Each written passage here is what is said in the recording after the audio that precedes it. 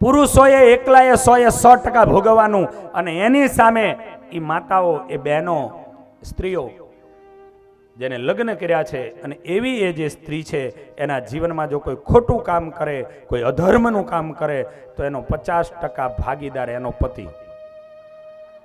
એટલા માટે તમે એના સ્વામી છો, તમે એના ધણી છો. તમારે પોતાના શાસ્ત્રની વાત, અહીંથી કોઈ પણ શાસ્ત્ર વગરની વાત નહીં કરું, હું જે કંઈ કહીશ શાસ્ત્ર સંમત વાત કરીશ.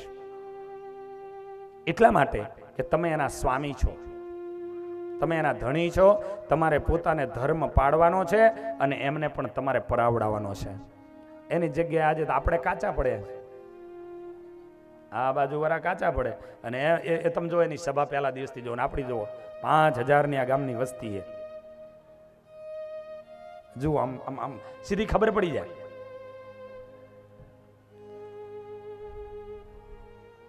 આવો તો જીવનની અંદર 4 વસ્તુમાં ક્યારેય બદલો ન ચાલે. અને 4 વસ્તુ કઈ?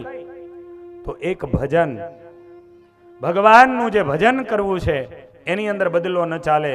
એક ભોજન, ભજનમાં બદલો ન ચાલે, એ જાતે જ કરવું પડે તો જ પામીએ. બીજું ભોજન, ભોજન એટલે ખાવું. ગમે એટલી મિત્રતા હોય, એક રૂપે રહેતા હોય, સાથે ફરતા હોય, સરખા કપડાં પહેરતા હોય, પણ એવું થોડું હાલે કે તું ખાઈ લે હું ધરાઈ જઈશ. એ તો હુકો પાકો અડધોય પોતે ખાય તો પેટનો ખાડો પૂરાય, બાકી ન પૂરાય. એટલે ભોજન પણ જાતે કરવું પડે, એમાં બદલો કોઈ દી ન હાલે. ભજન પણ જાતે કરવું પડે, એમાં બદલો ન હાલે. એક ભોજનમાં બદલો ન ચાલે, એક ભજનમાં બદલો ન ચાલે, એક મરણમાં બદલો ન હાલે, અને એક પરણમાં બદલો ન હાલે. પરણ એટલે લગન, લગનમાં બદલો હાલે. કોઈ એમ કે બહુ ભાઈબંધ હોય અને ઇમરજન્સી છે, અને મારી એક ઇમરજન્સીમાં મીટિંગ આવી છે, કામ કરને ભાઈબંધ, તું જઈને 4 ફેરા ફર્યા, અરે ધોકા કન સિવિલ ભેગો થાય. એમાં બદલો હાલતો હોય છે. લગનમાં બદલો ન ચાલે, એટલે અને બીજું મરણમાં બદલો ન ચાલે, પરણમાં બદલો ન ચાલે, અને મરણમાં ન ચાલે.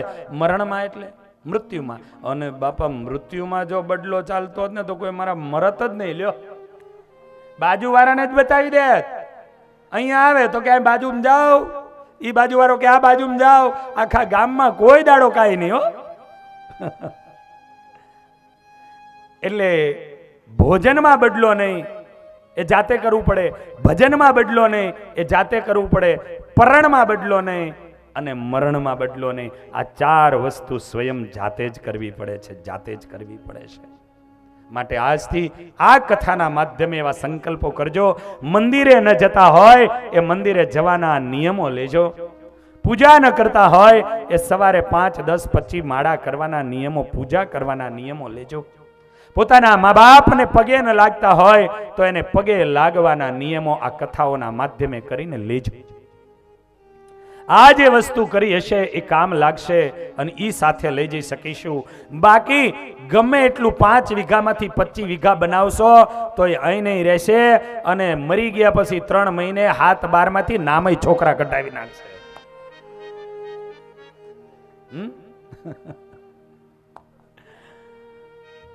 બરોબર ને ઈશ્વરભાઈ? રેવન્યુ નું કામ કરે છે ને, એટલે એટલા માટે આજ એ કરવું જરૂરી છે. કરો, પણ સર્વપ્રથમ તમે તમારા આત્માના કલ્યાણને અર્થે કંઈક કરો. આવો આવો. માં આજ યશોદાજી પોતે વલોણું કરે છે, સેવાના નેત્રા માએ હાથમાં લીધા છે, પણ માં એ નાની એવી, કેવું એ અદ્ભુત દર્શન હશે. આવો, એ દર્શનમાં ઘણીવાર ખોવાઈએ. માએ આગળ એ ઈંઢોણી મોટું સુથિયું મૂક્યું હશે, એની ઉપર મોટી ગોરી હશે, એની સામે માં એક નાની એવી માચીની ઉપર બેઠી હશે. માએ વલોણાને એ દોરડા હાથમાં લીધા હશે, અને ઈ માએ હાથમાં દોરડા લઈ આહા અને માં વલોણું કરે, પણ માં કૃષ્ણા કૃષ્ણા કૃષ્ણા કૃષ્ણા કરવા લાગી. માં જે કૃષ્ણના સ્વરૂપમાં ખોવાઈ ગઈ. માને આજે કૃષ્ણ સિવાય બીજું કોઈ દેખાતું નથી. ભગવાન કૃષ્ણ પોઢ્યા છે. માં આજે વલોણું કરે છે, પણ માની આંખો બંધ છે અને એ રવૈયો ફરે છે. માં રવૈયાને ફેરવતી ફેરવતી દેહનું ભાન ભૂલવા માંડી છે અને માના હાથમાં કૃષ્ણ કૃષ્ણ કૃષ્ણ શબ્દો નીકળી પડે છે. કૃષ્ણ હરી હરી કૃષ્ણ મનોહર. શું એ અદ્ભુત દિવ્યતા અને વાતાવરણ. કૃષ્ણ હરી હરી કૃષ્ણ મનોહર. ભજતે નર ઉર ધારી રે કૃષ્ણ હરી હરી કૃષ્ણ મનોહર. કૃષ્ણ હરી હરી કૃષ્ણ મનોહર. કૃષ્ણ હરી હરી કૃષ્ણ મનોહર. કૃષ્ણ હરી હરી કૃષ્ણ મનોહર. ભજતે નર ઉર ધારી રે કૃષ્ણ હરી હરી કૃષ્ણ મનોહર. કૃષ્ણ હરી હરી કૃષ્ણ મનોહર. અને માં આજે કૃષ્ણ કૃષ્ણ કૃષ્ણ કરતી કરતી એ વલોણાને કરી રહી છે. માં પોતાના દેહના ભાનને ભૂલી ગઈ છે. માને આજે કૃષ્ણ સિવાય કઈ દેખાતું નથી. નજર સામે હાથ એના હાલે છે. જીભમાંથી કૃષ્ણ કૃષ્ણ કૃષ્ણનો નાદ થાય છે. એનું મન, એનું ચિત્ત, એના કાન, એની સર્વ ઇન્દ્રિયો આજે કૃષ્ણમાં લાગી ગઈ છે.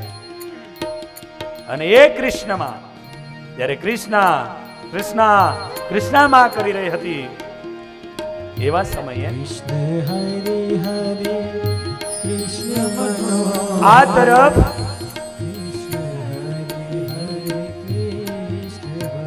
આ તરફ માં જ્યારે કૃષ્ણ કૃષ્ણ કૃષ્ણ કરી રહી છે એ જ સમયે માં કૃષ્ણમાં ખોવાણા ને તો ભગવાન કૃષ્ણ પથારીમાંથી ઊભા થયા.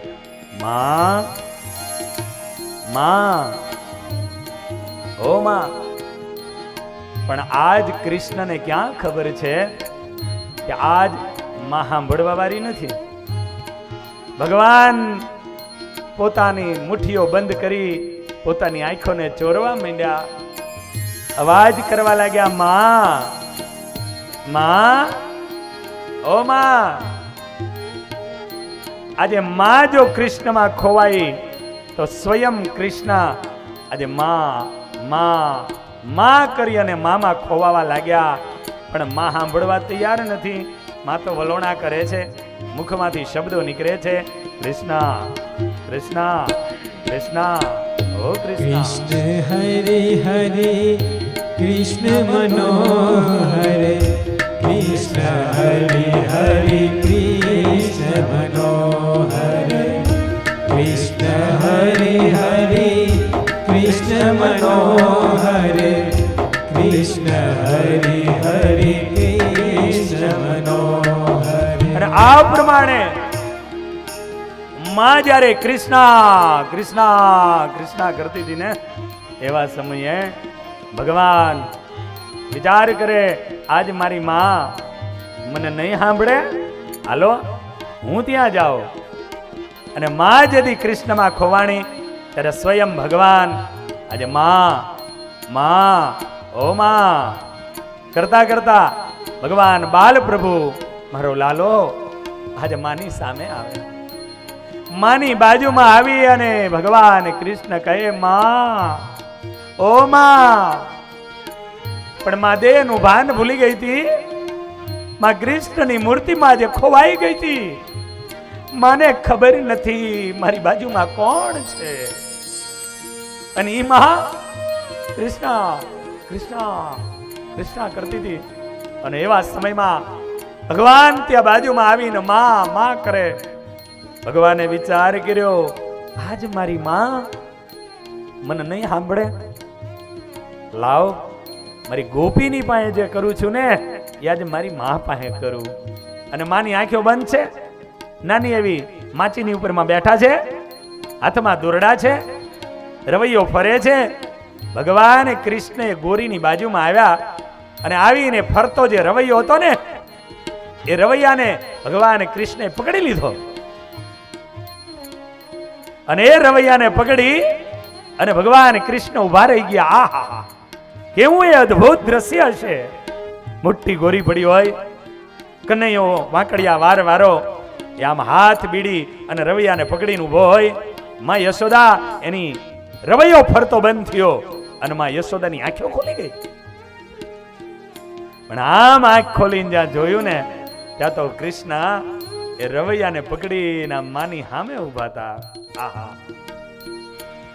અને માએ આમ જે આ લાલાને આ રીતે જોયો અને માં કહેવા લાગ્યા, અરે લાલા, હે લાલા, તું જાગી ગયો? અરે માં હું તો ક્યારનો જાગ્યો છું. માં હું ક્યારનો માં કરું છું, પણ માં તું ક્યાં સાંભળસ આજે? એ માં, મને ભૂખ લાગી છે. અને હા માં, મારે માખણ ખાવું છે. અલ્યા લાલા, કાલ સાંજે તો કહેતો તો કે માં મને તારા ઘરનું માખણ નથી ભાવતું, એમાં મને તારા ઘરના માખણમાં વાસ આવે છે અને આજે માખણ ખાવું છે. હામાં, આજે તારા ઘરના માખણમાં સુગંધ આવે છે. આજે તારા ઘરના માખણમાં મને સુગંધ આવે છે. આહા. બાપ, આ સુગંધ એ સુગંધ કોઈ માખણની નહોતી, આ સુગંધ સેવાની હતી. બાપ, આ સુગંધ સેવાની હતી. ઠાકોરજીની સેવામાં જેથી તમે લાગો છો ત્યારે ઠાકોરજી સિંહાસનમાંથી બારો નીકળી અને તમને ભેટવા સામે આવે છે. બાપ, એ તમને ભેટવા માટે સામે આવે છે. માં, આજ મને તારા માખણમાં સુગંધ આવે છે, મને આપ. અને માં ભગવાન કૃષ્ણને એ લાલાને બેસાડી માખણ આજે એને જમાડે, માં એને સ્તનપાન કરાવે, માં એને માખણ ખવડાવે. પણ આજ પરમાત્મા એ જમતા જમતા ધરાતા નથી અને પરમાત્મા વિચાર કરે કે આજ તો મારી માં બરોબર મારામાં લાગી ગઈ છે, મારી સિવાય મારી માને બીજું કાંઈ નથી. પણ હા, હજુ જોઈ લઉં એને મારામાં જ પૂરેપૂરો પ્રેમ છે કે હજુ જગતમાં છે. માએ દૂધ ચૂલા ઉપર મૂક્યું હતું અને ભગવાન એ અગ્નિને આજ્ઞા કરે અને અગ્નિદેવ એકદમ પ્રજ્વલિત થાય, દૂધને ઉભરો આવે અને દૂધ ઉભરાતું જ્યાં માએ જોયું ને, માં કૃષ્ણને ત્યાં નીચે મૂકી ભગવાનને જમાડતા જમાડતા હેઠે મૂકી દીધા અને માં દોડતી દોડતી દૂધને લેવા માટે ગઈ. અને માં જ્યાં દૂધને લેવા ગઈ અને ભગવાન થયા ઉભા, ઓ હજુ મારા કરતા મારી માને દૂધમાં વધારે હેત છે. મારી માને જેમાં બંધન હોય ની રવા ન દઉં, તોડી નાખું, ફોડી નાખું. અને એટલે ભગવાન સ્વામિનારાયણ કહેતા કે આ સંતો અને ભગવાનની પાસે એમનો કેવું કૃપા કરો. મહારાજ કે મારી કૃપા થાય ને એટલે નવરા કરી નાખીએ અમે તમને, કાંઈ નો રવા દઈ. બસ એટલું જ કેવું કે રાજી થાયજો, રાજી રહેજો. મહારાજ કે જેની ઉપર કૃપા કરું છું એને કોઈ જગ્યાએ કાંઈ રવા ન દઉં, નરસિંહ મહેતા જેવું કરી નાખું એટલે ક્યાંય તમને બંધન ન થાય. આજ માને દૂધમાં હેત થયું. અને આમે તમે જુઓ ને તો બહેનોને દૂધમાં ને હોનામાં બહુ હેત હોય. બરોબર કહું છું ને? એ બહેનોને એક દૂધમાં બહુ હેત હોય અને બીજું હોનામાં, આ બેમાં બહુ હેત હોય. અને ઈ ઘરે ભેંસું રાખતા હોય, ઈ ભેંસ વિહાય એનું દૂધ વાપરવાના શરૂ દિવસો થાય અને પછી જો પાડી જન્મી હોય તો વાંધો નહીં, એ ભેંસને જો પાડો જન્મ્યો તો બાપ ભોગ લાગી ગયા એના. એટલું બધું દૂધ વાલું હોય કે ઓલી પહારો મૂકવા માટે એ પાડાને છોડે ન છોડે, ઓલી ભેંસ પહારો મૂકે અને તાં તો ખેંચીને બાંધી ખીલે હો. અને બધું બેચારી ભેંસનું દૂધ દોઈ લે, પછી પાડાને કાંઈ માનું દૂધ પીવા મળે નહીં બિચારાને, એટલે દિવસે દિવસે દુબળો થતો જાય. 3 દાડાની ખાટી સાઈસ જ બિચારાને પાય હોય ન કરી, થોડોક લોટ ઓગારી. પણ એ પછી પાડોશણ કોઈ આવે અને આવીને એમ કે આ તારા પાડો બહુ ડૂબરો છે, ધવડાવતી નથી? ના ના, અરે કેટલું ધવડાવું છું પણ ધાવતો જ નથી ને.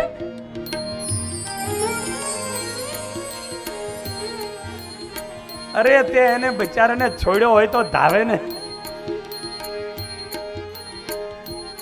દયા ખાઈજો કાંઈક માવડિયું,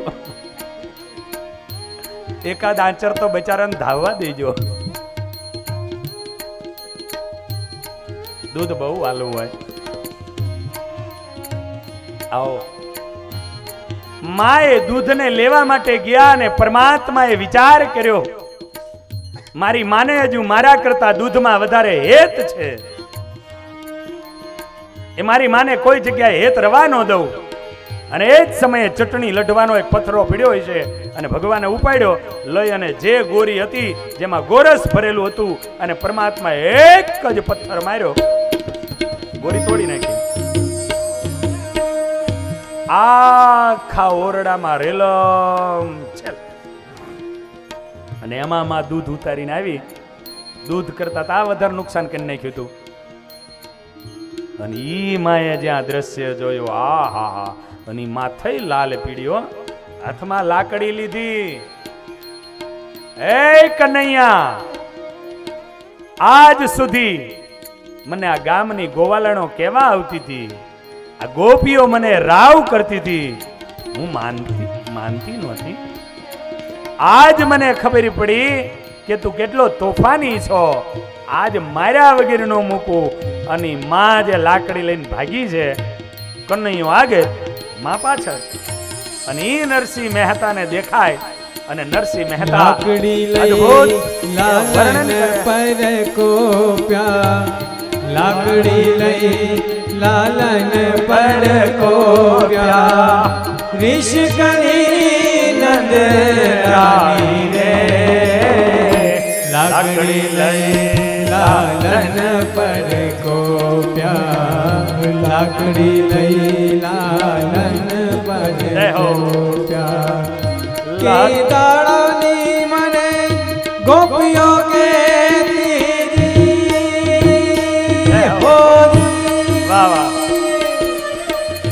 કે દાડાની મને ગોપીઓ કેતી, તે કયું નવા માનતી રે.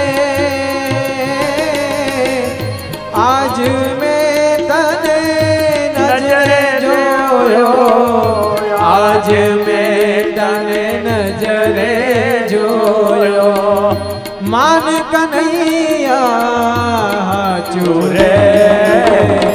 લાકડી લઈ લાલન પર કોપ્યા, લાકડી લઈ લાલન પર કોપ્યા, લાકડી લઈ લાલન પર કોપ્યા, લાકડી લઈ લાલન પર કોપ્યા, ऋष કરી નંદ રાની રે. લાકડી લઈ લાલન પર કોપ્યા, લાકડી લઈ લાલન પર કોપ્યા. આ જે લાકડી હાથમાં લીધી છે, માં બોલતી જાય છે, હે કનૈયા ઉભો રહી જા, લાલા ઉભો રહી જા. કે દાડુની આ ગોપીઓ કહેતી હતી પણ હું માનતી નહોતી. આજ મેં મારી નજરે તને આ તોફાન કરતા જોયો છે. તને માર્યા વગેરે ન મૂકું, સાચું બોલી જા તો ઓછી શિક્ષા થશે. પણ ઈ ઉભો રે. એ કનૈયો દોડ્યો જાય છે. માં પાછળ પાછળ નાનું એવું કનૈયાનું સ્વરૂપ. આહા, જય હો. એ કનૈયાનું નાનું એવું સ્વરૂપ એટલે દોડવામાં ભાગે અને માનું સ્થૂળ શરીર. અને માં થોડું દોડીને માં થાકી ગઈ અને માં જ્યાં થાકવા લાગી, કનૈયાએ વિચાર કર્યો કે માં થાકી. કનૈયો આગળ જઈને ઊભો રહી ગયો અને જ્યાં ઊભો રહ્યો ત્યાં માને એમ થયું હમણાં પકડી લઉં, અને આમ કરીને માં મંડી દોડવા. મન હરણને મુખની શોભાજી હોજી, મન હરણને મુખની શોભા કોમળ કાયા કહેવાય રે. મન હરણને મુખની શોભા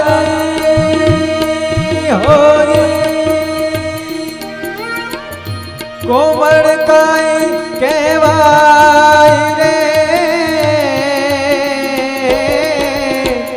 કાનુડાનો કાન ઝાલીને, કાનુડાનો કાન ઝાલીને ઠપકો દે આજ માત રે. લાકડી લઈ લાલન પર ગોપ્યા, લાકડી લઈ લાલન પર ગોપ્યા, લાકડી લઈ લાલન પર ગોપ્યા. ઋષ કરી નંદ રાની રે, લાકડી લઈ લાલન પર ગોપ્યા, લાકડી લઈ લાલન પર. અને એ માં જ્યાં દોડવા માંડે અને કનૈયાની બાજુમાં આવવા જાય, એ જ સમયે કનૈયો પાછો મંડે દોડવા. પાછી માં ઊભી રે, પાછો કનૈયો દોડે, પાછો કનૈયો ઊભો રે, માં દોડે. આખા ગોકુળમાં માને ફેરવી બાપ, આખા ગોકુળમાં માને ફેરવી. આકાશમાં દેવતાઓ આ દર્શન કરવા અને માટે આવે. પણ માં હવે થાકી. ભગવાને વિચાર કર્યો હવે મારી માને મને હેરાન નથી કરવી. ભગવાન ધીમા પડ્યા. માએ દોટ લગાવી, કનૈયાને પકડી લીધો અને પકડીને માં જામ લાકડી ગામમાં જાય અને કનૈયો રડવા માંડે. માં મૂકી દે, માં હવે આવું નહીં કરું, માં મને છોડી દે. અને આમ કરી અને જ્યારે કનૈયો રડે છે, માને વિચાર આવ્યો કે આને મારવો નથી. માએ લાકડીને ફેંકી દીધી. માએ કાન પકડ્યો છો અને એ માં કાન પકડી નામરે છે. બોલ, શું કર્યું તું તે? ચાલો, તે શું કર્યું તું? માં કાંઈ નહીં, તને દંડ દીધા વગર છોડવો નથી આજે. અને માં કે છે, એ દાસી, ઓ ગોપી, દોરડું લાવ. અને ઈ દોરડું લઈ અને આજ મીંડા બાંધવા. પણ દોરડું બાંધીને જ્યાં ગાંઠ વારવા જાય ને, 2 આંગર ટૂંકું પડે. પાછું દોરડું હાંધે. આખા ગામના નોંધણા ભેગા કર્યા અને ઈ દોરડા જ્યારે બાંધવા જાય અને ટૂંકા પડે, છેલ્લે ભગવાન બંધાયા છે. ખાંડણીએ ને હેરે બાંધ્યા. સંતોએ અદ્ભુત આનું ચિંતન કર્યું કે ખાંડણી હારે એટલા માટે બાંધ્યા હતા કે કનૈયો જ્યારે ઘરમાં ચોરી કરતો ને ત્યારે લાકડાના ખાંડણીયાનો ઉપયોગ કરતો. એ ખાંડણીયાને ઢળીને લાકડાનો એટલે ઢળીને લઈ જાય, એની ઉપર ચડીને પછી એટલે ચોરી કરવામાં એને મદદગાર બનતો હતો. એટલે માં કે એને દંડ થઈ જાય, એની હારે બાંધ્યો. 2 આંગર દોરડું ટૂંકું પડે એનો અર્થ એ થાય છે બાપ કે આ આત્મા અને પરમાત્મા આ બેની વચ્ચે બંધન કરવામાં 2 આંગરનું ટૂંકું છે. અને ઈ 2 આંગર બીજા કોઈ નથી, અહમતા અને મમતા. અહમતા એટલે દેહનું અભિમાન, મારું શરીર આવું, હું આવો, આ શરીરનું અભિમાન એને અહમતા કહેવાય. એટલે એક અહમતા અને બીજી મમતા. મમતા એટલે પરિવાર પ્રત્યેનું જે બંધન. આ અહમતા અને મમતા 2 છૂટી જાય ને તો ભગવાન તરત બંધાઈ જાય છે. આ અહમતા અને મમતા જો છૂટી જાય તો ભગવાન તરત બંધાઈ જવા તૈયાર થઈ જાય છે. મૈયા ઠાકોરજીને દોરડેથી ખાંડણિયાની સંગાથે બાંધી અને ઘરકામ કરવા માટે લાગી. આ તરફ પરમાત્મા એ ખાંડણિયાને ઢસડતા ઢસડતા બહાર મોટું ફર્યું હતું અને એમાં બે પુરાતની વૃક્ષો યમલાર્જુન નામના એની બીચમાંથી ભગવાન નીકળ્યા. ખાંડણીઓ હલવાયો અને ભગવાને ખાંડણીયાને આંચકો માર્યો અને વૃક્ષો તૂટ્યા અને તૂટેલા વૃક્ષો બે પડ્યા. ભયંકર એનો અવાજ આવ્યો. એમાંથી દિવ્ય બે પુરુષો નીકળ્યા વૃક્ષમાંથી અને દિવ્ય બે પુરુષો નીકળી પરમાત્માની સ્તુતિ કરી આકાશ માર્ગે ચાલ્યા ગયા. આ વૃક્ષ, આ દિવ્ય પુરુષ બીજા કોઈ નહોતા, કુબેરના પુત્ર હતા. એક સમયે સરોવરમાં અપ્સરાઓની સંગાથે સ્નાન કરે નારદજી ત્યાંથી નીકળ્યા. અપ્સરાઓ શરમાય અને વસ્ત્રોને ધારણ કરી લીધા, પણ આમને કોઈ નારદજીની ગણકાર ન કરી અને નારદજીએ શાપ આપ્યો કે આવા સાધુ સંતોની પણ મર્યાદા તમે નથી રાખતા. ઝાડની જેમ એમના ઊભા છો, જાઓ વૃક્ષ બની જાઓ. હંમેશા સાધુ સંતો એની મર્યાદા રાખવી. અમે જોઈએ, બહુ ઘણી વાર જોઈએ, પછી અમે પણ એની સામે સામે એ રીતે ઓલું કરી દઈએ. ઘણી વાર અમે આમ નીકળીએ ને તો કોઈ ભાઈ સિગારેટ પીતો હોય, કોઈ બીડી પીતો હોય, કોઈ મસાલો ખાતો હોય, પણ સંતોને જોવે ને એકદમ આમ બિચારો કરી નાખે. મર્યાદા છે. આપણે ભલે કરીએ પણ સંતને દેખતા નથી કરવું, આટલી એનામાં મર્યાદા હોય છે. અને મર્યાદા એટલે ભાઈ અમે ત્યાં ઘરે નીકળી જાય, પછી આનું ઓપરેશન પછી કરીશું એમ એકાંતમાં મેળવીને. પણ અત્યારે એને કાંઈ ન, કારણ કે એ જે એને પછી મર્યાદા તૂટી જાય એની વખતે જો તમે કહો ને એને જે ભાવ એ મર્યાદા એ તૂટી જાય. આ એક વિવેક છે. દરેક બાબતની અંદર વિવેક હોવો જોઈએ. એ સત્સંગમાં પણ વિવેક હોવો જોઈએ, એ ઉપદેશ કરવામાં પણ વિવેક હોવો જોઈએ. ગમે એમ ગમે ત્યાં ગમે એમ બોલ ના કરાય. એની શું અસર થશે, એનું શું પરિણામ હશે, એ બધું વિચારીને પછી બોલાય. નકરું વાંચી લીધું એટલું બોલી નો નંખાય, ગોખી નાખ્યું એટલું બોલી નો નંખાય. વિવેક દ્રષ્ટિ. અને આ બધું ભેગું થાય ત્યારે ઠાકોરજી આ પ્રમાણે કૃપાઓ બધી ઉતારે. આવો યમલાર્જુન એ વૃક્ષ બન્યા. નારદજીએ કીધું કે દયા થશે, પણ ભગવાન જેથી તારી બીચમાંથી નીકળશે તે દિવસે તારો ઉદ્ધાર થશે. ભગવાન આજે એની બીચમાંથી નીકળ્યા અને એનો ઉદ્ધાર થયો. પણ વૃક્ષ પડવાનો અવાજ સાંભળ્યો અને ગોપીઓ દોડતી દોડતી ત્યાં આવી ગઈ. પણ એ ગોપીઓ જ્યારે દોડતી ત્યાં આવી છે એ જ સમય ઉપર કૃષ્ણને જ્યારે બાંધેલા જોયા અને ગોપીઓ દોડીને ભગવાનની પાસે પહોંચી ગઈ. અમારો લાલો લાલો લાલો કરતી કરતી એ ગોપીઓ દોરડાને છોડી નાખ્યા. એવામાં માં આવી અને ગોપીઓએ આજે લાલાને છાતીએ ચાંપવા લાગી. ગોપીઓ બધી ટોળે વળી ગઈ. માં આવી અને માને કહેવા લાગી, હે માં, આજે એ વ્રજની, આજે ગોકુલની ગોપીઓ માને કહે છે, માં તું આટલી નિષ્ઠુર બની ગઈ. માં તારી એક વખત ગોરી તોડી નાખી અને અમારા લાલાને તે આવડો મોટો દંડ દીધો. એ માં, એક વખત અમારા ઘરે આવીને જોઈ જા તો તને ખબર પડે કે લાલો અમારા ઘરે કેટલું તોફાન કરે છે, અમારા ઘરે કેટલી આ લાલો આવીને તોડફોડ કરે છે, છતાં અમે આટલી ક્રૂર ક્યારેય નથી બની, ક્યારેય નથી બની. માં સાંભળી લે, આજ પછી અમારા લાલાને ક્યારેય પણ આ રીતે કરતી નહીં તું. અને કદાચ જો તારાથી એ કૃષ્ણ ન સચવાતો હોય ને તો અમને આપી દે, અમે અમારા ઘરે લઈ જઈએ. બાકી ખબરદાર છે, અમારા લાલાને જો તે આ રીતે હેરાન કર્યો છે તો. અને જ્યારે ગોપીઓ આ પ્રમાણે બોલી, માં રડવા લાગી. હા ગોપીઓ, ધન્ય છે તમારા પ્રેમને, ધન્ય છે તમારી સમજણને, ધન્ય છે તમારી ભક્તિને. ગોપીઓ, તમે જે સમજી શકીને એ હું ન સમજી શકી. ગોપીઓ, મને માફ કરી દેજો, હું ન સમજી શકી. ભગવાને અદ્ભુત લીલા, દામોદર લીલાની લીલા કરી છે. સુખદેવજી મહારાજ કહે છે, રાજા,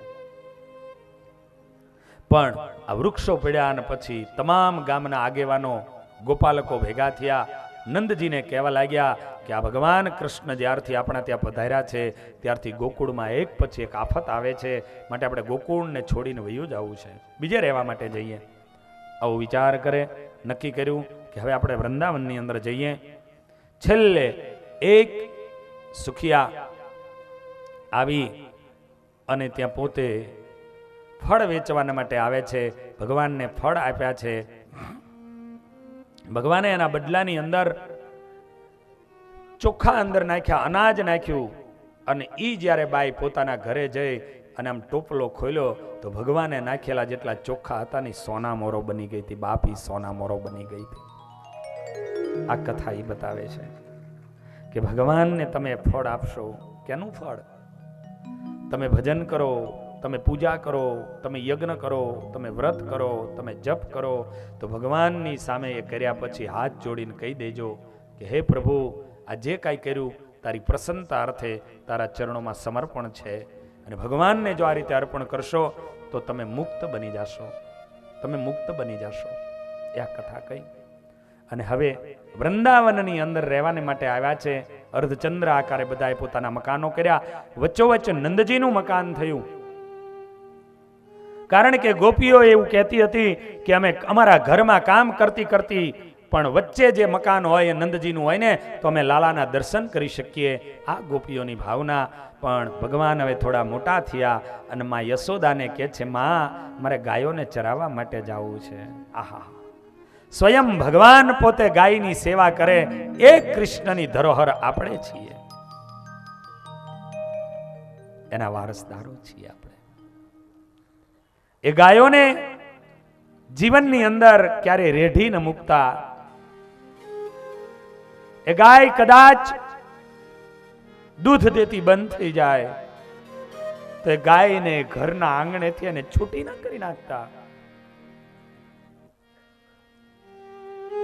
કદાચ તમારા ખેતરની અંદર કદાચ કોઈ આવી ગાય આવી ગઈ તેને ખેતરની બહાર ભલે કાઢો, પણ ગાયની ઉપર એવો પ્રહાર ન કરતા કે જે ગાય, કારણ કે એને કોઈ પાણી પાવા વાળું નહીં મળે, એને કોઈ સાચવા વાળું નહીં મળે.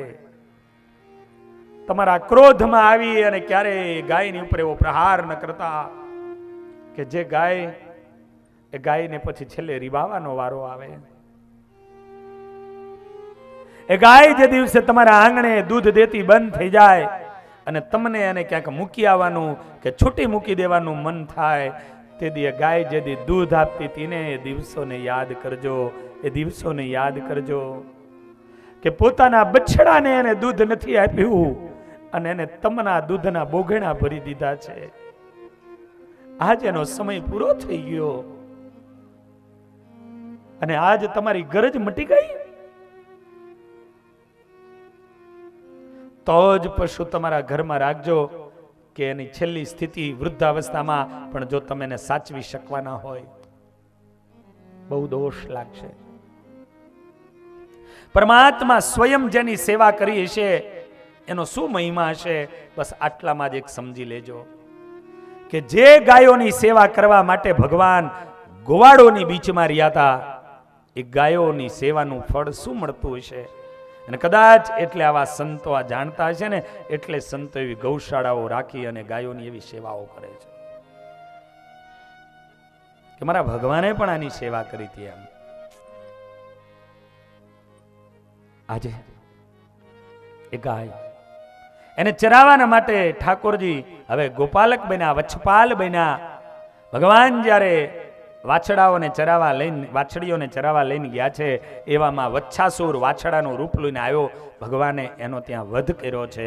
સમયાંતર જતા જતા યમુનાના કિનારા ઉપર પરમાત્મા એક વખત ત્યાં અદ્ભુત રીતે પરમેશ્વર એ ગાયોને ચરાવી રહ્યા છે. એવામાં એક બકાસુર ત્યાં આવ્યો છે, બગલાનું રૂપ લીધું છે. અદ્ભુત કથા છે. યમુનાના કિનારે જ્યારે તમે પહોંચો છો ત્યારે બકાસુર આવે જ છે. યમુનાનો કિનારો એટલે ભક્તિનો કિનારો. તમારા જીવનની અંદર જ્યારે ભક્તિ આવે ત્યારે બકાસુર આવે. બકાસુર બગલો, બગલો એટલે દંભ. એક પગે મારો ઊભો હોય એમના આમ આંખ્યું બંધ કરીને પણ એટલે ઊભો હોય કે એકાદું માછલું આવે ને એની નજીક એટલે તરત પગ મૂકી દે બીજો. આપણને એમ લાગે કે એક પગે ઊભો રહીને તપ કરે છે. તપ નથી કરતો, રાહ જુએ છે કે કોણ આવે ને પગ નીચે દબાવી દઉં. એટલે એને દંભ કહેવાય. દંભનો અર્થ શું? આ દંભનું પ્રતીક છે. ભક્તિની અંદર જ્યારે તમે આગળ વધો ત્યારે દંભ આવે છે, પણ ભગવાન જેવા છે એવા જો સમજાઈ જાય તો એ દંભને ભગવાન તોડી નાખે છે. ભગવાન એમાં સહાય કરે છે, ભગવાન એની ઉપર દયા કરે છે. દંભ, દંભનો અર્થ શું? દંભ એને કહેવાય તમને જોઉં અને ગૌમુખીમાં હાથ નાખું અને મંડું આમ કરવા, આ દંભ. તમને જોઈને મંડું પ્રદક્ષિણા કરવા, આ દંભ. કોઈને જોઈ અને ભજન કરો, કોઈને જોઈને ભક્તિ કરો, કોઈને દેખાડવા માટે કરો, એ બધું દંભ કહેવાય. કોઈને દુનિયાને દેખાડવા માટે મારે નથી કરવું, મારે મારા પરમાત્માને રાજી કરવા માટે કરવું. જે કાંઈ તમારા જીવનમાં ધર્મ કર્મ કરો એ દુનિયાને દેખાડવા માટે ન કરતા, એ જે કાંઈ તમારા જીવનમાં ધર્મ કર્મ કરો એ માત્ર ને માત્ર ભગવાનને રાજી કરવા માટે કરજો, પરમાત્માને રાજી કરવા કરજો, તો તમારી ભક્તિ એ ખીલી ઉઠશે. આજે દંભનું પ્રતીક લઈને આવ્યો છે. અને ભક્તિમાં તમે આગળ વધો ત્યારે દંભીઓથી ચેતવું. દંભથી ચેતવું, નહીતર એના પગ નીચે એના પંજામાં જો આવી ગયા ને તો પૂરું. તમને છૂટવા ન દે, બહાર નીકળવા ન દે. એ દંભ છે. કારણ કે ઘણા બધા એવું કહેતા હોય જગતમાં અમારે બધું હરખું. હું બગલા ને હંસ બધું હરખું હોય? મીરાબાઈ પણ કહેતા હતા કે આને ચેતજો, બધાના કલર હરખા એટલે બધું હરખું નહીં. અને એટલા માટે મીરાબાઈ કહે કે બગલો ને હંસલો રંગે રૂપે એક છે, પણ એના આહાર થકી ઓળખાય છે. આ હંસલો ને બગલો રે એ જ રંગે રૂપે એક છે રે જી. હંસલો ને બગલો રે એ જ રંગે રૂપે એક છે રે જી. પણ તો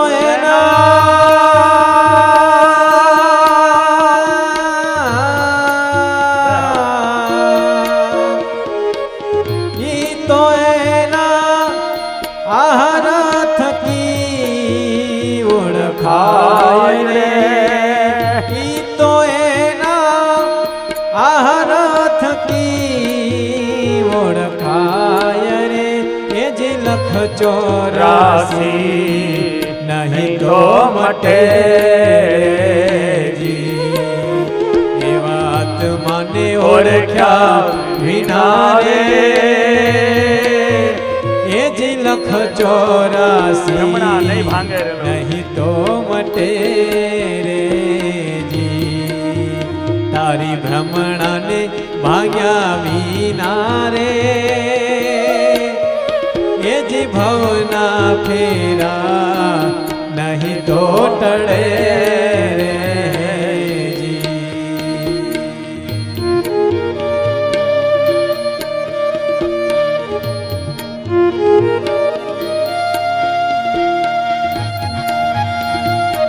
જય હો, જય હો.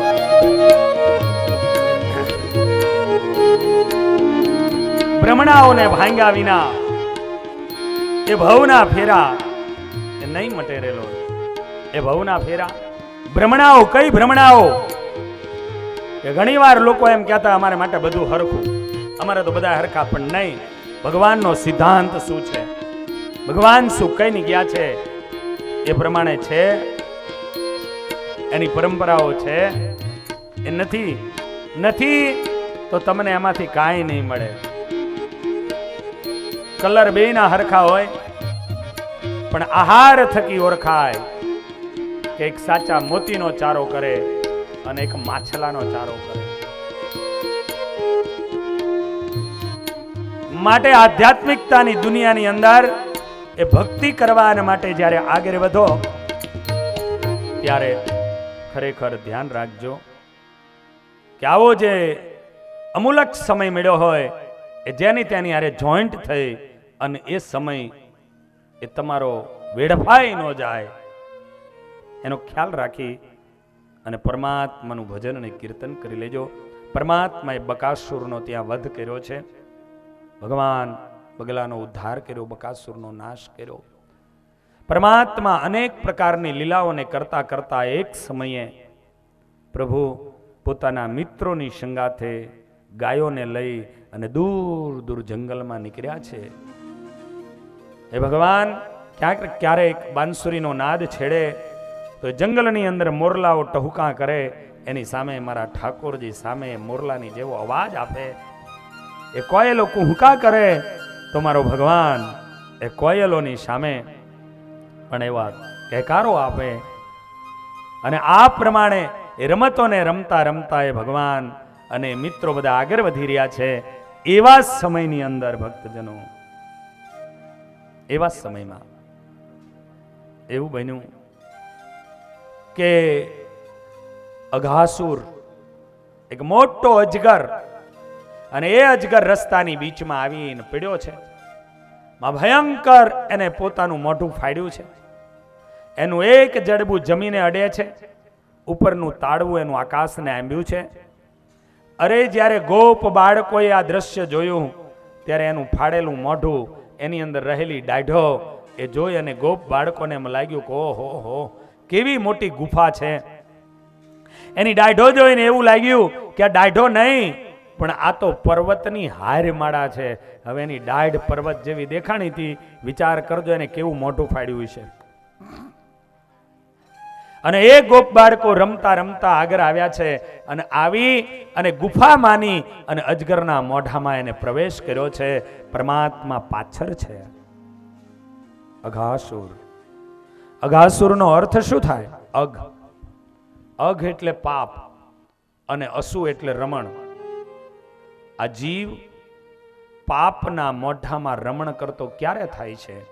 આ જીવ પાપના મોઢામાં પ્રવેશ ક્યારે કરે છે? કે જ્યારે આ જીવ આનંદના અતિરેકમાં અતિરેકમાં પરમાનંદને જેથી ભૂલી જાય છે તે દિવસે પાપના મોઢામાં એ પ્રવેશી જાય છે. આનંદના અતિરેકમાં અતિરેકમાં એ પરમાનંદ પરમાત્માને જેથી ભૂલી જાય છે તે દિવસે એ પોતે પાપના મોઢામાં પ્રવેશી જાય છે. જેમ કે આનંદના ઓઘમાં એ લગ્ન હોય, એ લગ્ન એ દિવ્ય પ્રસંગ છે. એ લગ્નનો પ્રસંગ એક આનંદનો પ્રસંગ છે. પણ એવા લગ્નના પ્રસંગોમાં એ આનંદમાં ભગવાન અને ભગવાનની આજ્ઞાઓ ભૂલી જાય અને એમાં દારૂઓમાં સાઠા બની બની અને દારૂઓની બોટલો પીપીને એમાં એ નાચે અને કૂદે, ત્યારે માનજો કે તમે અઘાસુરના મોઢામાં પ્રવેશી ગયા છો. તેથી માની લેજો કે તમે અઘાસુરના મોઢામાં ચાલ્યા ગયા છો. તમે પાપના મોઢામાં વૈયા ગયા. આનંદના અતિરેકમાં ક્યારેય પણ ભગવાને આપેલી આજ્ઞાઓ, ભગવાને બતાવેલો રસ્તો એને છોડી અને ક્યાંય જતા નહીં. કોઈ પણ સંજોગો અને કોઈ પણ સ્થિતિની અંદર આ કાર્ય ન કરતા. આજ આ આનંદના અતિરેકમાં અતિરેકમાં પાપના મોઢામાં જીવ પ્રવેશી ગયો છે. પાપના મોઢાની અંદર એને પ્રવેશ કરી દીધો છે.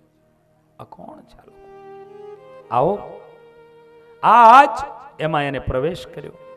પણ અંદર ગયા પછી એમને ખબર પડી કે ઓહો, આપણે ભૂલ કરી બેઠા. આપણે કોઈ ગુફામાં નહીં પણ કોઈ અજગરના મોઢામાં આવી ગયા છીએ. ભક્તજનો પૂજ્ય સંતો બાવડાથી વધાર્યા છે. આવો એમને તાલીઓથી આપણે આવકારીએ, વધાવીએ. આજ ગોપ બાળકો અંદર તો ગયા,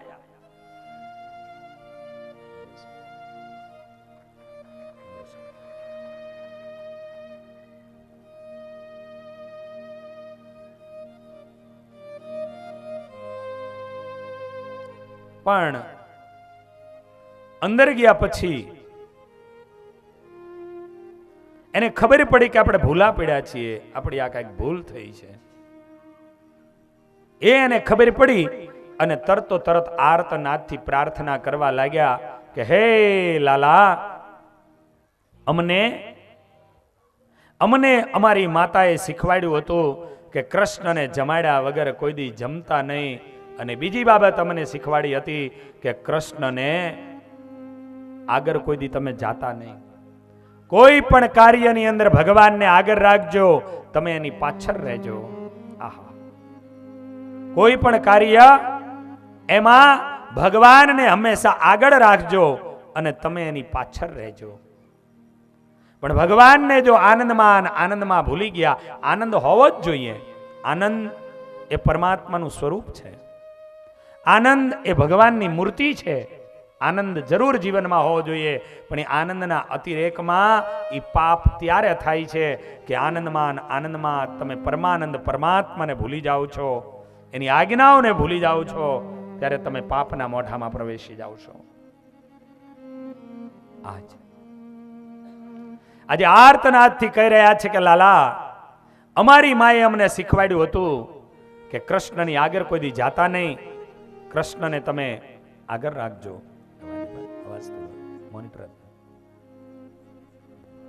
કૃષ્ણને તમે આગળ રાખજો. પણ આજ એ સ્થિતિ થઈ છે કે લાલા, અમે રમતમાં તન ભૂલી ગયા, જેને કારણે કરી અને એ સ્થિતિ સર્જાણી કે અમે અજગરના મોઢામાં પ્રવેશી ગયા છીએ. હવે તું બચાવ.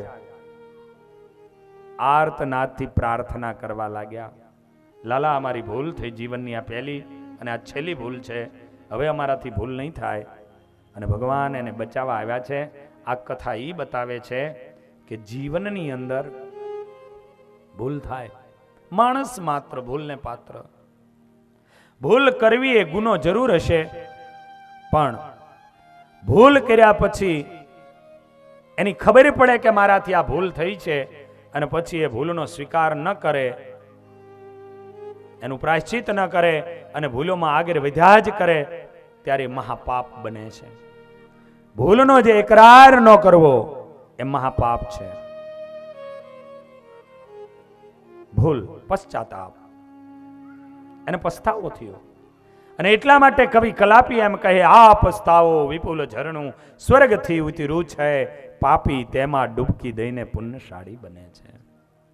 આ પસ્તાવો વિપુલ ઝરણું સ્વર્ગથી ઉતર્યું છે, પાપી એમાં ડૂબકી દઈને પુણ્યશાળી બને છે. આ પસ્તાવો જે છે, પશ્ચાતાપ છે, એના માધ્યમે કરી અને પાપી જીવ પુણ્યશાળી બને છે. અને એટલે ભગવાન સ્વામિનારાયણ વચનામૃતમાં પણ કહે કે કદાચ કોઈ ભૂલ થઈ તો એનું પ્રાયશ્ચિત કરો, એનો પશ્ચાતાપ કરો, તો એની શુદ્ધિ થશે, તો એની શુદ્ધિ થશે જીવનની અંદર. અને બીજું કે કદાચ કોઈના જીવનમાં આવી ભૂલો થઈ ગઈ અને પછી એ જો બહાર નીકળવાનો પ્રયાસ કરતો હોય ને, તો એને સાથ આપજો, એને સ્વીકારવાની તૈયારીઓ રાખજો. ભગવાન રાજી થશે, કારણ ભૂલ થાય. ભગવાને વચનામૃતમાં કીધું કે એકવાર પાયખાનામાં પગ પડી ગયો ગટરમાં, પછી એમાં પડ્યું રહેવું? મહારાજ કે એમાંથી બહાર નીકળાય, સ્નાન કરાય, શુદ્ધ થવાય અને ધંધે લગાય. એમ જીવનની અંદર કદાચ કોઈ ભૂલો થઈ ગઈ તો પછી એમાં પડ્યું ન રહેવાય, એમાંથી બહાર નીકળાય અને બહાર નીકળી પ્રાયશ્ચિત કરી અને પ્રાયશ્ચિત રૂપી સ્નાન કરી શુદ્ધ થઈ અને આગળ વધો. અને આવા કદાચ કોઈના જીવનમાં કરેલી ભૂલ્યો અને પછી એ સમાજની બીચમાં આવી અને જ્યારે સારી રીતે જીવન જીવવા માંગતા હોય ત્યારે તમે એને તક આપજો, કારણ કે ભગવાન એમાં રાજી થશે. પણ આપણી પરિસ્થિતિ એ છે કે વ્યક્તિ પોતે જો ભૂલ કરે ને, ઘરનો મોભી ભૂલ કરે ને, તો પોતે પોતાની જાતને માફ કરી દે, પણ ઘરમાં જો બીજો કોઈ ભૂલ કરે ને એને માફ કરવા તૈયાર નથી થતા. દરેકને માફી આપતા શીખજો. એ તમારું એક અંગ છે, તમારું એક પરિવાર છે, એને તક આપજો. આપણે આપણી જાતને માફ કરી દઈએ. બતાવો, ધોળકા ગયા હોય અહીંથી બજારમાં અને એમાં 5000 પડી જાય, ઘડીભર ઉદાસ જેવા થઈ જાય, પણ ઘરે આવીને કે આજ 5000નું ખીચું કપાણું યા તો પડી ગયા. પાછા પોતે ને પોતે એનો જવાબ આપે, કાંઈ વાંધો નહીં, આપણે છીએ ને કાલ કમાઈ લેશું. એવું હોય ને, કાંઈ વાંધો નહીં, કાલ કમાઈ લેશું. પણ એ દીકરો કે દીકરી ધોળકા ગયા હોય અને 500 રૂપિયા જો પાડીને આવ્યા હોય, અઠવાડિયું સુધી ચેનથી રહેવા ન દે એને, હું તમારી જિંદગીમાં કરશો. ખાલી 500 રૂપિયા પાડીને આવ્યા હોય, આખી એ અઠવાડિયા સુધી એ જ પ્રકરણ ચાલે, હું તમે તમારી જિંદગીમાં કરશો. એક 500 રૂપિયા નથી આચવી શકતા, એક પૈસા નથી આચવી શકતા, તમે શું કરવાના છો? અને આવું બધું બોલે, પણ નહીં, એને એને એને એને એને કયો, એને બોલો વઢો, પણ પછી એને સમજાવો કેમ રહેવું, કેમ જીવવું. એની પાછળ ને પાછળ પડી ન જશો. પછી આજે કોઈ પણ વ્યક્તિ પોતે પોતાની જાતથી ભૂલ કોઈ પણ પ્રકારની થાય તો માફ કરે, પણ પરિવારમાં કોઈ ભૂલો કરી હોય ને એમાંય નાના મણાએ, એટલે કે પરિવારના નાની વ્યક્તિઓએ ભૂલો કરી હોય તો એને માફ કરવા તૈયાર નથી થતા હોતા. નહીં, એને માફી આપજો, એને સારી રીતે જીવન જીવવાની તક આપજો. કારણ કે પોતે પોતાની રીતે માફ કરો તો તમારો હક બને, ફરજ બને કે તમારે પણ એને એ રીતે માફી આપવી જોઈએ. બાકી નહીતર પોતાને પોતે માફ કરી દે. બતાવું, ધોળકા જેવું શહેર છે, કલીકુંડ બાજુ એક સરસ સોસાયટીમાં મકાન છે, અને એવામાં ઘરની અંદર કેવી રીતે પોતે પોતાને માફ કરે પણ બીજાને ન કરે એ બતાવું છું. એવામાં ત્યાં એવું બને કે ઘરમાં 5 જ સભ્યો છે, પુરુષ, એનો દીકરો, એની પત્ની, એની દીકરી અને યુવાન દીકરાની પત્ની, 5 જણા. સરસ રીતે આ વ્યવહાર ચાલે છે, પરિવાર સરસ રીતે ચાલી રહ્યો છે. એવામાં એક દિવસ એવું બન્યું કે સવારનો સમય છે. પેલો પુરુષ એ ચશ્મા ચડાવીને છાપું વાંચે છે, બાજુમાં યુવાન દીકરો બેઠો છે. રસોડાની અંદર 3 બહેનો કામ કરે છે, અને રસોડામાં 3 બહેનો કામ કરી રહી છે. અને કામ કરતા કરતા એવું બન્યું કે કોઈ કાચનું વાસણ નીચે પડ્યું અને ફૂટ્યું એવો અવાજ આવ્યો. એટલે જે પેલા વડીલ હતા એને ચશ્મા નીચે ઉતાર્યા, છાપું એક બાજુ મૂક્યું, યુવાન દીકરાને કીધું જાજો જરા જોતો, ઓલો કાલ 200 રૂપિયાની બહેણી લાવ્યો તો હું, એ તો નથી ફૂટીને, અને ફૂટી હોય તો કોના હાથે ફૂટી છે તપાસ કરીને આવ્યો. પણ યુવાન દીકરો બહુ સમજુ હતો, કાંઈ બોલ્યો નહીં. રસોડામાં શું થાય અહીંયાથી દેખાતું નથી, એવી રીતે આ બેઠક વ્યવસ્થામાં બેઠા છે. ફરીને કીધું, એટલે તને કીધું નહીં, તું અંદર જઈને જોયાય તો કાલ લાયો તે બરણી ફૂટી, અને કોને ફોડી એ જરા મને કે. અને ત્રીજી વાર જ્યારે એને એમ કીધું કે જરા તપાસ કરી આવ્યું ને, ત્યારે અહીંયા બેઠા બેઠા એ યુવાને કીધું કે પિતાજી આ બરણી જ ફૂટી છે, અહીંથી દેખાતું નથી રસોડામાં શું થાય છે, કોણ છે ઈ, અને તું અહીંયા રિયા કહી દે આ ફૂટી છે, કોના હાથે ફૂટી છે, તું કેવી રીતે કહી શકે? અને તે દી એને એમ કીધું તું કે પપ્પા એ બરણી છે ને એ બરણી જ ફૂટી છે, અને મારા મમ્મીના હાથે ફૂટી છે, એ મારી મમ્મીના હાથે ફૂટી છે. ત્યારે એને એમ કીધું કે અહીંથી દેખાતું નથી, તું કેમ એમ કહેશ કે તારા મમ્મીના હાથે ફૂટી છે?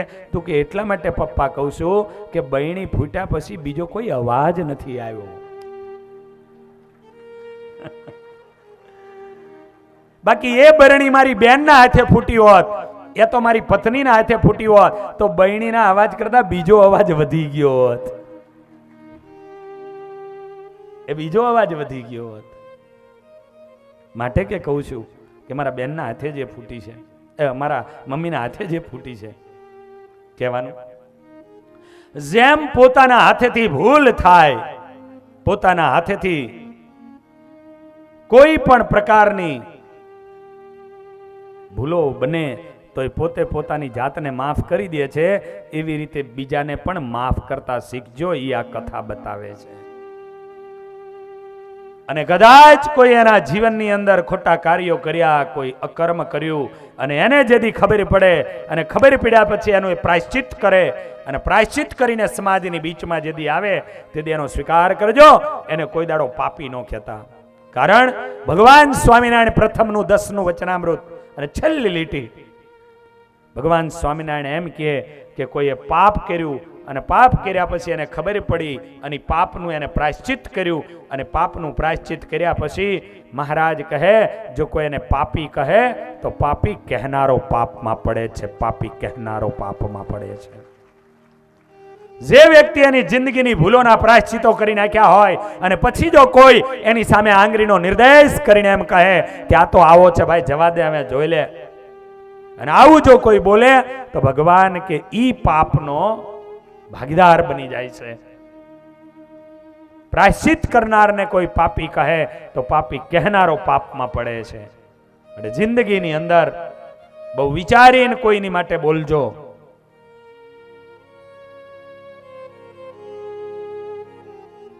અમુક લોકોએ તો એ જાણે કોન્ટ્રાક્ટ રાખ્યો, લ્યો કોન્ટ્રાક્ટ, એમનું કામ જ એ હોય આ વાત, આ વાત, આ આમ ને આ આમ ને.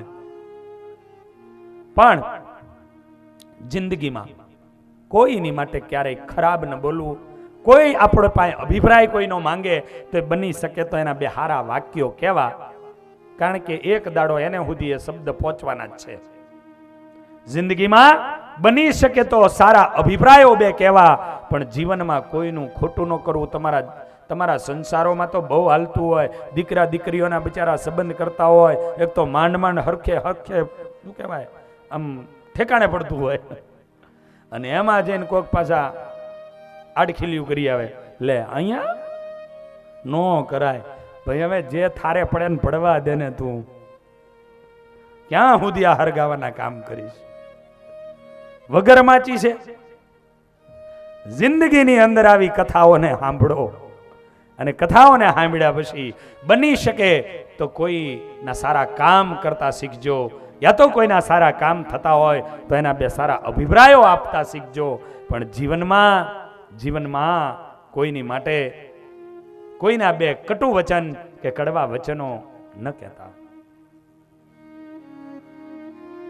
આવો આજ જ્યારે આર્તનાદથી ગોપ બાળકો પ્રાર્થના કરવા લાગ્યા, હે લાલા, હે લાલા, અમારી જિંદગીની આ પહેલી ભૂલ છે. અમારી માએ અમને કીધું હતું કે કૃષ્ણને આગળ રાખજો અને તમે એની પાછળ રહેજો, પણ રમતના આનંદમાં અમે ભૂલી ગયા અને અમે આગળ આવી ગયા, તો આજે અજગરના મોઢામાં અમે પ્રવેશી ગયા છીએ. હે લાલા, બસ લાલા, એક કામ કર, તું અમને આમાંથી બચાવી લે, અમારી જિંદગીમાં ફરીને ભૂલ નહીં કરીએ. અને તે દિવસે બાપ એવું કહેવાય કે ભગવાન પોતે અઘાસુરના મોઢામાં પ્રવેશ્યા છે, અને અઘાસુરના મોઢાની અંદર પરમાત્માએ પ્રવેશ કર્યો. એ જ સમયે અઘાસુરે પોતાનું મોઢું એને બંધ કર્યું, અને એ મોઢું બંધ કરતાની સંગાથે ભગવાનને ગળવા લાગ્યો, હાહાકાર થવા લાગ્યો, ત્રિલોકીની અંદર હાહાકાર બનવા લાગ્યો. એ જ સમયે એ જ ટાઈમે પરમાત્મા પોતે વામન સ્વરૂપમાંથી વિરાટ શરીરને ધારણ કર્યું, અને ભગવાન અઘાસુરના જડબાને તોડી અને બહાર નીકળ્યા. અઘાસુર એને ત્યાં સદગતિ આપી, અઘાસુરનો પરમાત્માએ વિનાશ કર્યો. પરમાત્માના નામનો જય જયકાર થયો, જય ઘોષ થયો. દેવતાઓએ પુષ્પની વૃષ્ટિઓ કરી. બોલો શ્રી કૃષ્ણ, શ્રી કૃષ્ણ.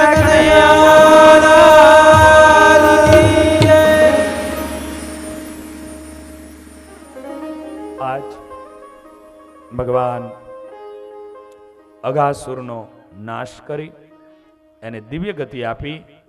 બાળ મિત્રો એને લઈ અને ભગવાન ત્યાંથી આગળ વધ્યા. દેવતાઓએ પુષ્પની વૃષ્ટિ કરી, ભગવાનના નામનો જય જયકાર કર્યો.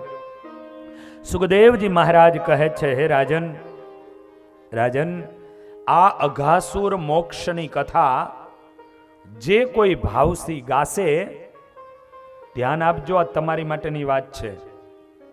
આ અઘાસુર મોક્ષની કથા કોઈ ભાવથી ગાશે યા તો કોઈ ભાવથી સાંભળશે, એના જન્મો જન્મના પાપ બરીને રાખ થઈ જશે, એના પાપો બરીને રાખ થઈ જશે. આજે આ સભામાં બેઠેલા લોકો અત્યારે એવું કહી શકે કે અમે નિષ્પાપી છીએ. તમે ભાવથી આ કથાને સાંભળી છે તો ભાગવતજીએ આ કથામાં એવું ફળ મૂક્યું કે અઘાસુર મોક્ષની કથા જે કોઈ ભાવથી સાંભળે એના પાપો બરીને રાખ થઈ જાય છે. બસ હવે જીવનની અંદર આગળ કાંઈ થાય નહીં એનો ખ્યાલ રાખજો. ભગવાન મિત્રોને લઈ આગળ વધ્યા છે. 4 વાગવાનો ટાઈમ થવા આવ્યો છે. મિત્રો કહે છે લાલા ભૂખ લાગી છે, ચલો જમવા બેસી જઈએ. દરેક લોકો જમવાને માટે બેઠા છે. ભગવાન બીચમાં બેઠા છે. દરેક ગોવાળિયાઓએ પોતપોતાના ભાથા ખોલ્યા છે અને એ ભાથાને ખોલી અને એક ગોવાળિયો એની અંદરથી સરસ મજાનું ઢેબરું કાઢે. લાલાને કે લે લાલા, મારી માએ તારી માટે મોકલ્યું છે આ ઢેબરું તને. ભગવાન કૃષ્ણએ ઢેબરાને લઈને જમવા લાગે. બીજો એક મિત્ર પોતાનું ભાતું ખોલે, અંદરથી સુખડી કાઢે. લે લાલા, મારી માએ તારી માટે આ સુખડી મોકલી છે. એને સુખડી જમવા લાગે. ત્રીજો એક મિત્ર મિશ્રી કાઢે. અલગ અલગ મિત્રો પોતાના ભાતા ખોલીને કૃષ્ણને આપે અને લાલો એને જમે. એવા સમયે આ મિત્રોની બીચમાં ગુરુ સાંડિલ્યજીનો પુત્ર જેનું નામ મધુમંગલ, અને એ મધુમંગલ બહુ ગરીબી હતી એટલે નંદજીના ત્યાં એ રહેતો હતો. કોઈને એમ થાય કે આ બ્રાહ્મણનો દીકરો નંદજીના ત્યાં કેમ રહી શકે? કારણ કે બ્રાહ્મણ કોઈનું ખાઈ ન શકે, રાંધેલું અન્ન બ્રાહ્મણ કોઈનું જમી ન શકે, ત્યાં કેમ રહી શકે? ભક્તજનો, તમને બતાવું, બ્રાહ્મણના દીકરાને યજ્ઞોપવિત કહેતા જનોય જ્યાં સુધી આપે નહીં ત્યાં સુધી એનામાં બ્રહ્મણત્વ આવતું નથી. અને એટલી ગરીબી હતી, હજુ જનોય પણ નહોતી આપી અને એને કારણે કરી અને એ નંદજીના ત્યાં રહેતો હતો. આ કથાથી એવું કહું છું કે તમારા ગામમાં કોઈ બ્રાહ્મણો હોય અને કદાચ એની આર્થિક સ્થિતિ સારી ન હોય ને, અને એ બ્રાહ્મણનો દીકરો યુવાન થવા જઈ રહ્યો હોય, બ્રાહ્મણનો દીકરો મોટો થતો હોય પણ એને યજ્ઞોપવિત પૈસાના અભાવે ન મળતી હોય, તો ભગવાને તમને સુખી કર્યા હોય તો આવા ગરીબ તમારા ગામના બ્રાહ્મણોના દીકરાઓને જનોયું આપજો, જનોયું આપજો. સાથે મળી અને એના ખર્ચાઓ કરજો, કારણ કે એનું બ્રહ્મણત્વ એને પ્રાપ્ત થાય છે અને એનું જે ફળ એ અનહદ હોય છે. એના ફળનો કોઈ આંકડો નથી માંડી શકાતો. ગરીબ બ્રાહ્મણના દીકરાને જનોયું અપાવવી અને એમાં મદદગાર બનવું, એના જેવું કોઈ બીજું મોટું ફળ નથી હોતું. ભગવાન સ્વામિનારાયણે પણ એ જેતપુર આદિની અંદર એ જીવા જોશી આદિ એમના દીકરાઓને મહારાજે પોતે યજ્ઞોપવિતો અપાવડાવી છે, પોતે અપાવડાવી છે. હંમેશા આ બ્રાહ્મણોને માટે આ કાર્ય કરજો. મને કાલે અમે એક બ્રહ્મદેવના ત્યાં પધરામણી કરવા ગયા, પણ એ પધરામણી કરવા ગયા ને ત્યારે એમને વાત કરી કે સ્વામીજી, આજે તો અમે અમદાવાદ રહીએ છીએ, અમને જે કાંઈ ઠાકોરજીએ આપ્યું, પણ અમારી એક દિવસ એવી સ્થિતિ હતી કે આ મકાન પણ નહીં અને કાંઈ નહીં, અને તે દિવસે મકાનો કે ત્યાર પછી અમને જમીનો સુદ્ધા આજ જે આ પરિવાર કથાઓ કરાવી રહ્યો છે એ પરિવારના લોકોએ અમને મકાનો પણ કરી દીધા અને અમને અને અમારી આજ સુધી અમને સાચવા, અમને ખેડવાની જમીનોના પણ દાન કર્યા. એ બ્રહ્મદેવ બોલેલા શબ્દ હું તમને કહું છું કે દશરથભાઈ, એ કાળુભાઈ, એ જે ભાઈઓ છે અને એ ભાઈઓ કે એમના પિતાજી જેને કાંઈ એને આ કાર્યો ખરેખર ભગવાને તમને આપ્યું હોય, બીજું ન કરી શકો તો કાંઈ નહીં. તમારા ગામના એ બ્રહ્મદેવો અને અમારા દશરથભાઈ ને અમારા વસંતભાઈ અરે જબરી જામે, બેની મિત્રતા અદ્ભુત છે. હું તો જોઉં ને આમ સુદામા ને કૃષ્ણને જોડી જેવી એ બેની જોડી, અને એકબીજાનો જે ભાવ છે, પ્રેમ છે, હું 2 દાડાથી, કારણ કે એના ઘરે ઉતારો છે ને હું જોઉં છું એ બેયનું. અને ખરેખર જીવનમાં આવા કોઈ મિત્ર હોવા જોઈએ. જીવનમાં એકબીજાને સાચો સહયોગ દર્દના દુઃખના સમયમાં આપે એ સાચો મિત્ર છે. આવો મધુમંગલ નંદજીના આંગણામાં રહેતો તો બધાય મિત્રો કાઢી અને ભગવાનને કંઈક ને કંઈક આપતા હતા. ત્યારે આને વિચાર કર્યો કે લાવ હું પણ કંઈક આપું. પોતાનું ભાતું ખોલ્યું, મિશ્રી કાઢી અંદરથી અને આમ ભગવાનની સામે મિશ્રીનો પિંડો ધર્યો. લાલા લે, તારું છે અને તને આપું છું. અને આમ જેને કીધું કે તારું છે ને તને આપું છું, ભગવાન કૃષ્ણે હાથ તો લંબાવ્યો, પણ હાથ લંબાવ્યા પછી જે આમ નજર કરી અને સામે કૃષ્ણ જોયા, કૃષ્ણએ મધુમંગલને જોયો, પોતાનો હાથ પરમાત્માએ પાછો લઈ લીધો. અને ઠાકોરજીએ જ્યારે આ હાથ પાછો લીધો ત્યારે આને બહુ આઘાત લાગી ગયો. આ હા હા, મધુમંગલ ઉભો થઈ ગયો. લાલા લાલા